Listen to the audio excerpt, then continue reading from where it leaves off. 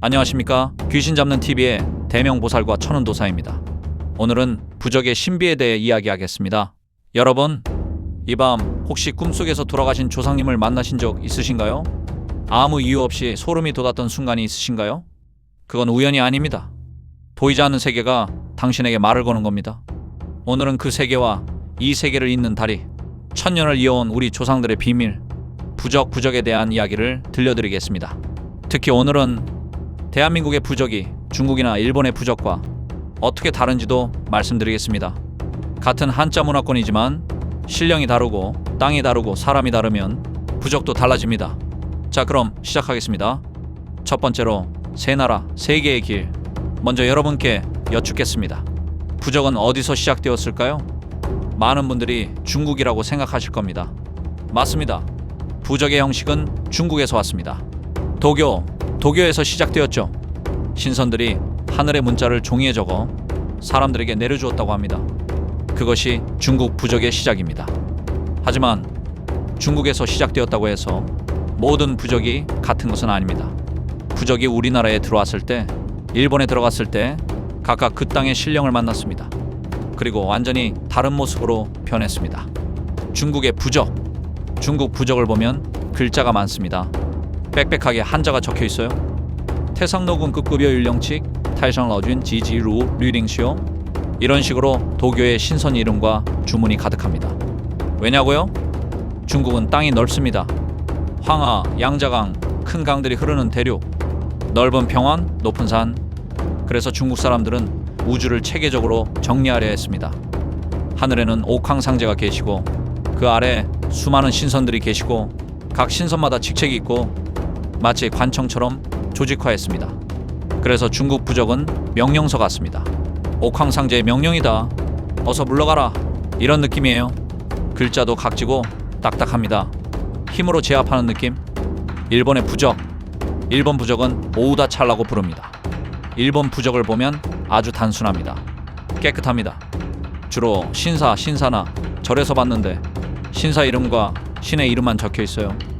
이세신궁, 이시신궁, 아마테라스 오미카미 켄자오 다신.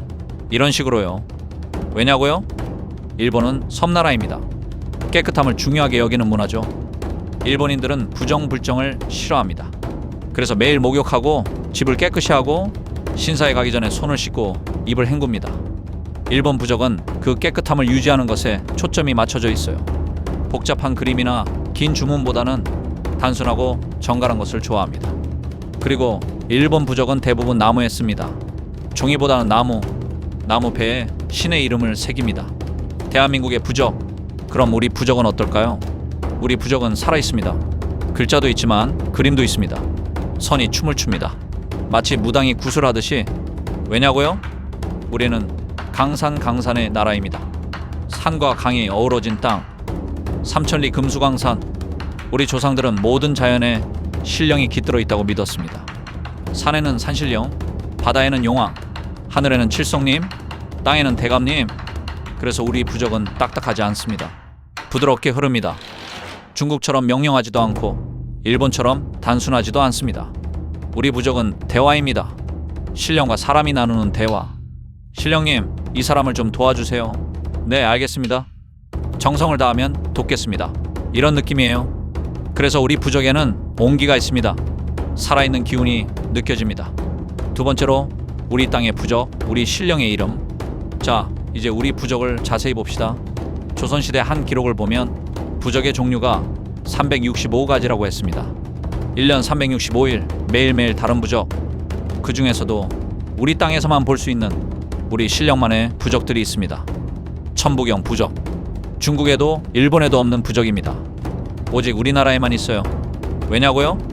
천부경은 우리 민족 고유의 경전이니까요. 일시무시일 석삼극 무진본, 천일일 지일이 인일삼 이시 우시 이시산지 우진본天一 第一二人一三. 하나에서 시작하여 하나로 돌아간다. 셋으로 나뉘었으나 근본은 무궁하다. 하늘은 하나, 땅은 둘, 사람은 셋. 이것이 우리 우주관입니다. 천부경 부적을 보십시오. 선이 위로만 향합니다. 땅에서 하늘로, 사람에서 신령께로. 이것을 상승의 선율이라 합니다.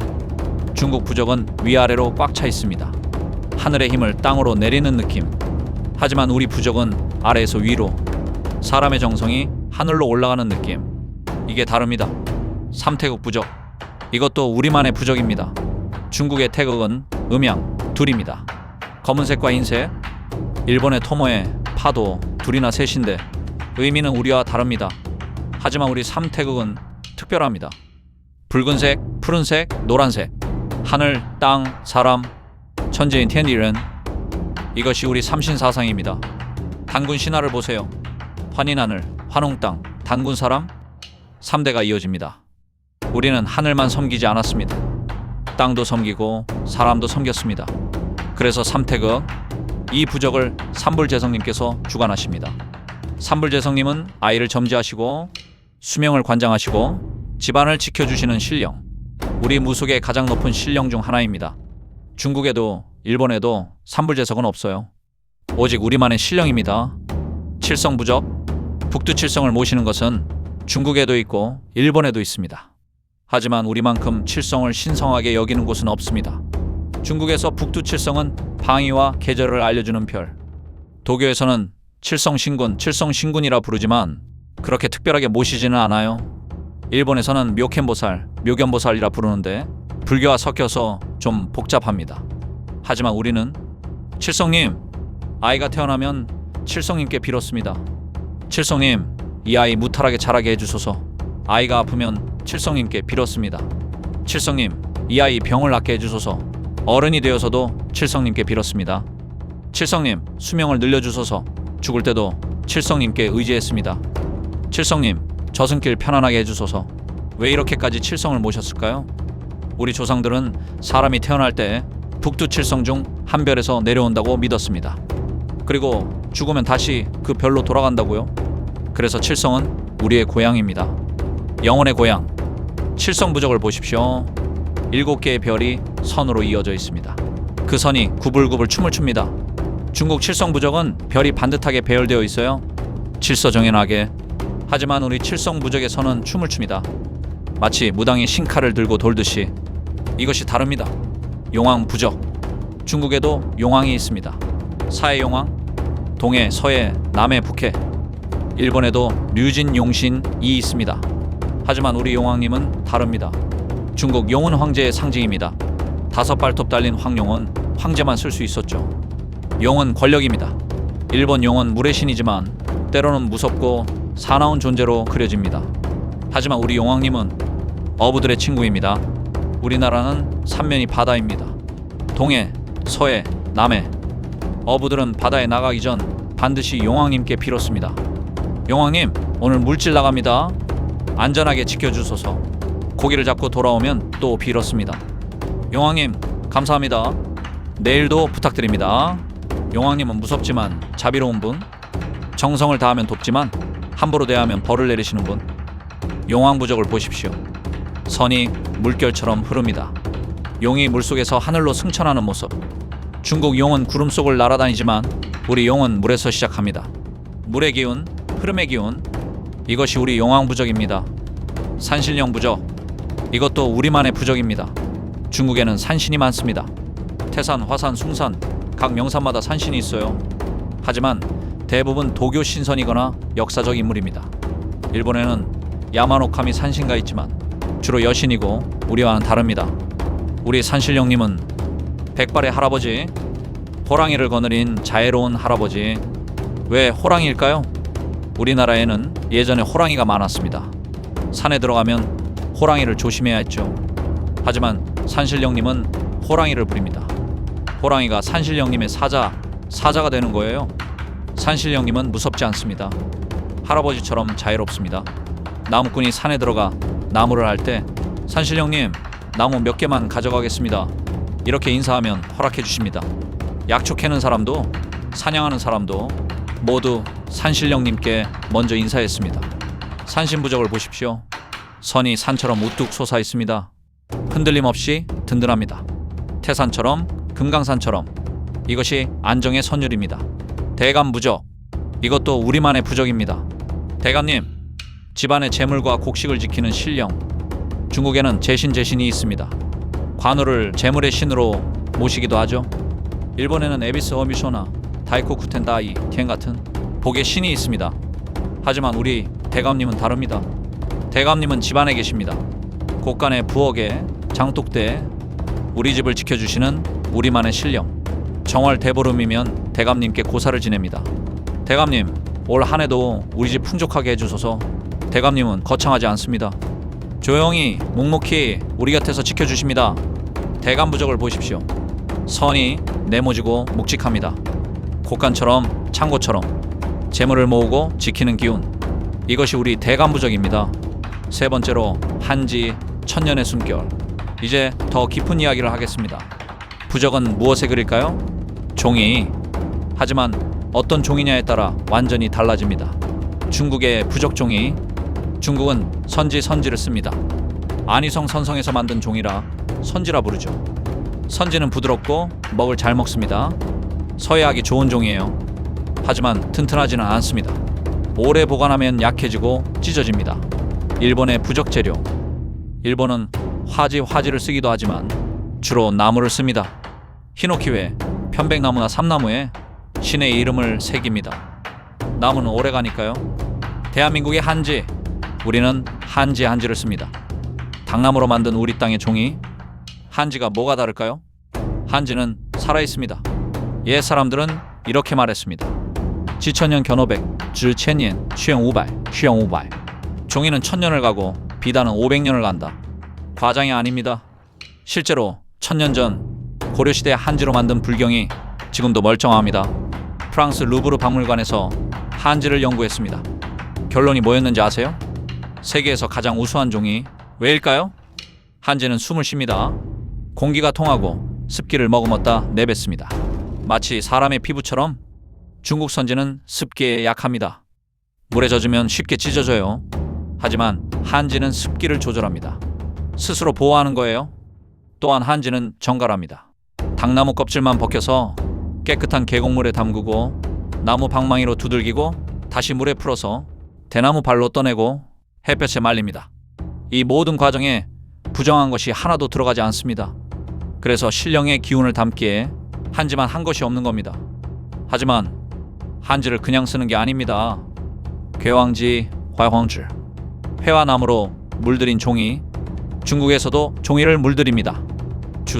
주사라는 붉은 광물을 쓰거나 치자로 노랗게 물들이기도 해요.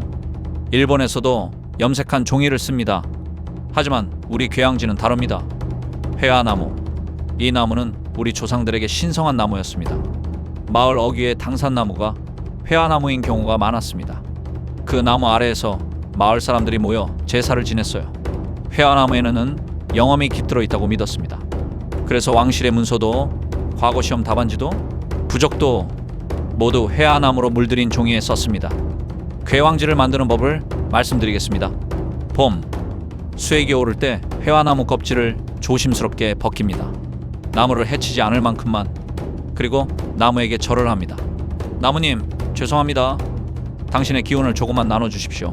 중국이나 일본에서는 이런 일을 하지 않습니다. 그냥 재료로 쓰죠.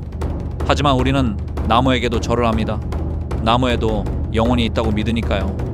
여름, 큰 솥에 물을 붓고 껍질을 넣습니다. 장작불을 지피고 하루 종일 푹 삶습니다. 그러면 물이 노랗게 변합니다. 회화나무의 전기가 물에 우러나오는 겁니다. 가을, 삶은 물을 배보자기에 걸러 깨끗하게 만듭니다. 이것을 황벽수라 부릅니다. 하얀 한지를 그 물에 담급니다. 한 번 담그면 연한 노란색, 두 번 담그면 좀 더 진한 색, 원하는 색이 될 때까지 반복합니다. 겨울, 그늘에서 천천히 말립니다. 햇볕에 말리면 색이 바래니까요. 이렇게 사계절 정성을 다해 만든 괴양지. 이 종이에는 3가지 신비가 있습니다.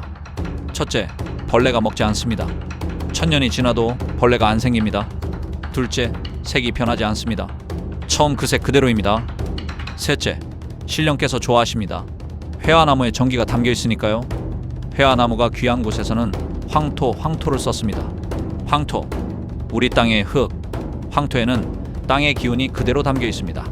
황토를 물에 풀고 고운 채로 여러 번 걸러내고 그 물에 한지를 담가 물들입니다. 황토로 물든 한지는 회화나무 한지보다 좀 더 붉은기가 도는 노란색입니다. 땅의 색, 대지의 색, 붉은 부적지 마이너스 홍지. 중국에서는 주사라는 붉은 광물 가루를 씁니다. 광물이니까 색이 선명하고 오래가요. 일본에서도 인공염료를 많이 씁니다. 하지만 우리는 자연에서 얻습니다. 홍화, 여름에 피는 붉은 꽃, 홍화 꽃잎을 따서 그늘에 말립니다. 따뜻한 물에 담가 붉은 물을 우려냅니다. 여기에 백반 명반을 조금 넣어 색이 한지에 잘 고착되도록 합니다. 또는 꼭두선이 뿌리를 씁니다. 꼭두선이는 덩굴식물인데 뿌리에서 아주 선명한 붉은색이 나옵니다. 이렇게 자연의 식물로 물들인 홍지, 붉은색은 양양의 기운이 가장 강한 색입니다. 귀신이 가장 두려워하는 색이죠. 흰 부적지, 한지 그대로 쓰면 됩니다. 하지만 아무 한지나 되는 게 아닙니다. 흠집 하나 없이 깨끗한 한지, 티끌 하나 없이 순백의 한지, 그런 한지를 골라서 정성껏 보관했습니다.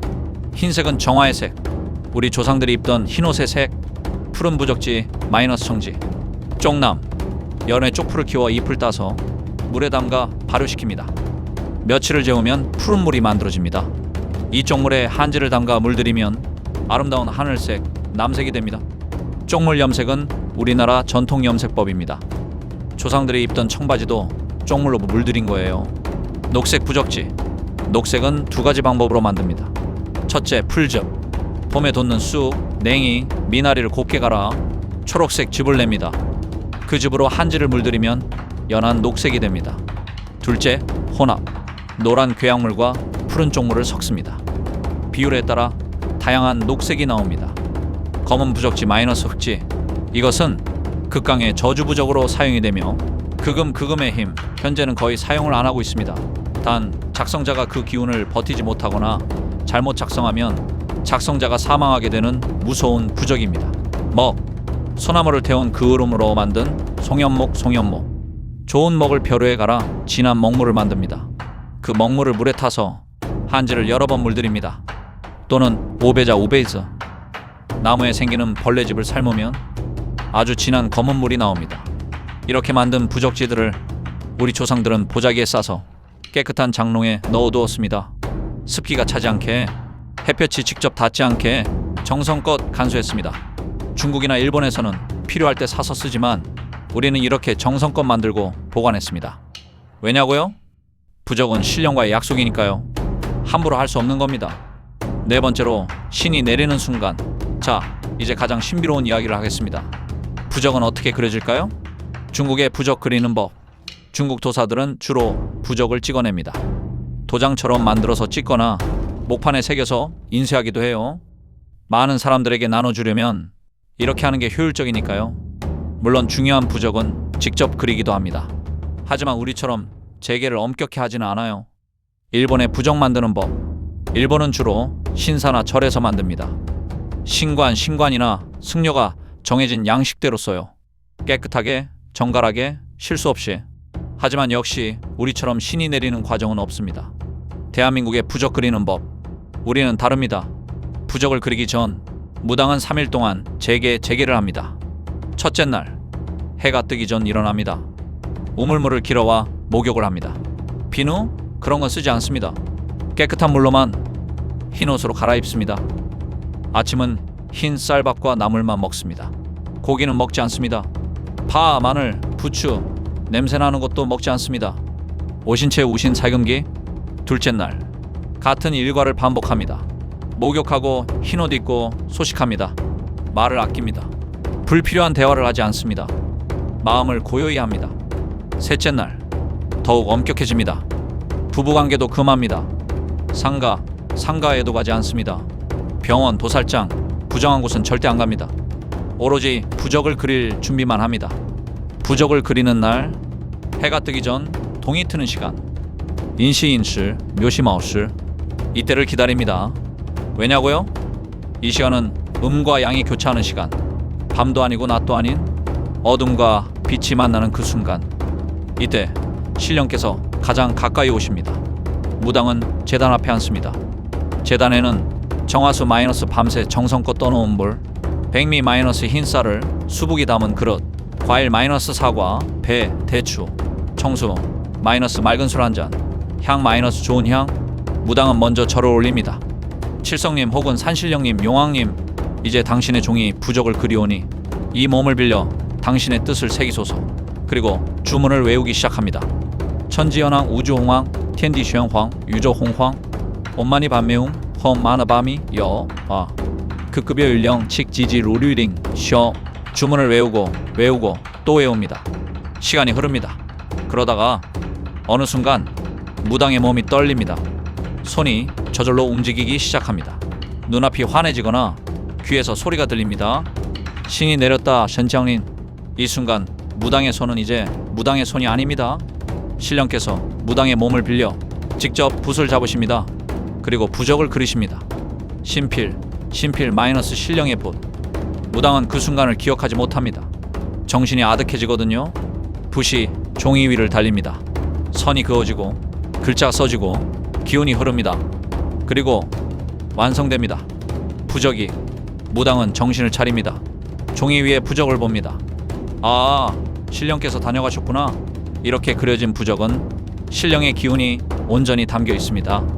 중국처럼 인쇄한 것도 아니고 일본처럼 형식대로 쓴 것도 아니고 신령께서 직접 그으신 것. 그래서 힘이 있습니다. 그래서 효험이 있습니다. 먹과 붓. 먹도 중요합니다. 우리 조상들은 송연목을 썼습니다. 소나무를 태워서 나온 그을음으로 만든 먹. 소나무는 사시사철 푸른 나무, 신령한 나무. 그 소나무의 기운이 먹에도 담겨 있습니다. 붓은 족제비 털이나 담비 털로 만든 붓. 탄력이 좋고 먹을 잘 머금습니다. 중국에서는 양털, 토끼털 붓도 많이 쓰지만 우리는 족제비나 담비를 좋아했습니다.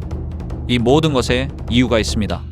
다섯 번째로 시간의 선택. 부적은 작성 시간도 중요하다. 자시 밤 11시에서 새벽 1시에 작성하는 부적은 음이 극에 달하고 양이 시작되는 시간. 새로운 시작을 위한 부적이며 묘시 새벽 5시에서 7시 작성되는 부적은 해가 뜨는 시간. 성장과 발전을 위한 부적이며 오시 낮 11시에서 오후 1시 작성되는 부적은 양이 극에 달하는 시간. 강력한 보호가 필요한 부적이며 유시 오후 5시에서 7시 작성되는 부적은 해가 지는 시간. 마무리와 정리를 위한 부적이며 부적은 작성되는 월의 선택도 중요합니다. 보름달일 때는 충만함을 위한 부적을, 금음달일 때는 애군을 쫓는 부적을 작성합니다. 결론은 대한민국 전통 한지의 먹물 부적은 그리 아무렇게 작성되는 부적이 아닙니다. 요즘 시대에 근본도 없는 노란 칼라 종이에 작성되는 그런 부적과는 차원이 다른 것입니다. 여섯 번째로 부적을 모시는 법. 좋습니다. 이제 부적을 받았습니다. 어떻게 해야 할까요? 중국의 방식. 중국 사람들은 부적을 비교적 가볍게 다룹니다. 몸에 지니거나 집에 붙여두거나 효험이 없다 싶으면 버리기도 해요. 일본의 방식. 일본 사람들은 부적을 신사에 반납합니다. 1년에 한 번 새해가 되면 묵은 부적을 신사에 가져가서 태우고 새 부적을 받아옵니다. 아주 체계적이에요. 대한민국의 방식. 우리는 정성껏 모십니다. 집에 신단을 만듭니다. 안방에 깨끗한 곳, 높은 곳에 작은 선반을 놓습니다. 거기에 부적을 모십니다. 그리고 매일 아침 정화수를 갈아드립니다. 초하루, 보름에는 절을 올립니다. 신령님, 오늘도 우리 집을 지켜주소서. 부적을 지갑에 넣을 때는 복주머니에 넣습니다. 붉은 천이나 노란 천으로 만든 작은 주머니. 거기에 부적을 넣고 실로 꿰맵니다. 그리고 지갑의 가장 깊은 곳, 깨끗한 곳에 넣습니다. 더러운 곳에는 절대 두지 않습니다. 화장실 근처? 안 됩니다. 신발장 근처? 안 됩니다. 쓰레기통 옆? 절대 안 됩니다. 왜냐고요? 부정한 곳에 두면 신령께서 떠나시니까요. 방향도 중요합니다. 북향 마이너스 북쪽을 향하게 하거나 동향 마이너스 동쪽을 향하게 합니다. 북쪽은 칠성님의 방위, 동쪽은 해 뜨는 방위. 1년이 지나면 부적의 기운이 약해집니다. 사계절이 한 번 돌면 기운이 바뀌거든요. 그럼 어떻게 해야 할까요? 소지를 올립니다. 부적을 태워서 하늘로 보내드리는 의식입니다. 소지 올리는 법. 날을 잡습니다. 초하루나 보름날. 입춘, 동지 같은 절기도 좋습니다. 재물을 준비합니다. 정화수, 쌀, 과일, 술. 깨끗한 그릇에 부적을 놓습니다. 향을 피우고 절을 올립니다. 신령이시여, 1년간 저희를 지켜주셔서 감사합니다. 이제 하늘로 돌아가소서. 내년에도 다시 오셔서 지켜주소서. 불을 붙입니다. 부적에 불을 붙여 태웁니다. 연기가 하늘로 올라가는 것을 지켜봅니다. 그 연기가 신령께서 하늘로 돌아가시는 길입니다. 재를 처리합니다. 재는 깨끗한 천에 싸서 흐르는 물에 보내거나 깨끗한 땅에 묻습니다. 절대로 찢어서 버리거나 쓰레기통에 버리면 안 됩니다. 그건 신령을 모욕하는 겁니다. 신령을 모욕하면 오히려 화가 됩니다. 마음가짐, 마지막으로 가장 중요한 것, 부적에만 의지하지 마십시오. 우리 조상들 말씀이 있습니다. 하늘은 스스로 돕는 자를 돕는다. 텐즈주저 주즈. 부적은 도구입니다. 지팡이입니다. 결국 중요한 건 여러분의 마음가짐과 행동입니다. 재물 부적을 품고 도둑질한다? 액막이 부적 붙이고 남을 해친다? 건강 부적 가지고 술 담배 계속한다? 이건 말이 안 됩니다. 신령께서는 여러분의 마음을 다 보십니다. 진심으로 선하게 살려고 노력하는 사람만 도와주십니다. 지성이면 감천 주천간티엔, 지극한 정성이면 하늘도 감동한다. 부적은 그 지성을 담는 그릇일 뿐입니다. 진짜 힘은 여러분의 마음에서 나옵니다. 자, 오늘 긴 이야기 들어주셔서 감사합니다. 정리를 해봅시다. 부적은 중국에서 시작되었지만 우리 땅에 와서 우리 것이 되었습니다. 중국 부적은 명하고 일본 부적은 깨끗하게 하지만 우리 부적은 대화합니다. 신령과 사람이 나누는 따뜻한 대화. 우리는 한지에 부적을 그립니다. 천년을 가는 살아 숨쉬는 종이에 회화나무로, 홍화로, 쪽으로, 황토로, 자연의 재료로 물들인 종이에, 그리고 무당은 3일을 재개하고 신령이 내리는 순간을 기다립니다. 신령께서 직접 붓을 잡고 그리십니다. 그렇게 그려진 부적을 우리는 정성껏 모십니다. 매일 정화수를 올리고 초하루 보름에 절을 올리고 1년이 지나면 감사히 보내드립니다. 이것이 우리 부적입니다. 대한민국의 부적, 우리 조상들의 지혜, 천년을 이어온 전통. 여러분 집에도 부적이 있으신가요? 어떻게 모시고 계신가요? 댓글로 남겨주세요. 궁금한 점이 있으시면 답해드리겠습니다. 여러분 모두에게 신령의 가호가 함께하기를 귀신 잡는 TV가 빕니다. 구독, 좋아요, 알림 설정 잊지 마시고요. 오늘도 감사합니다.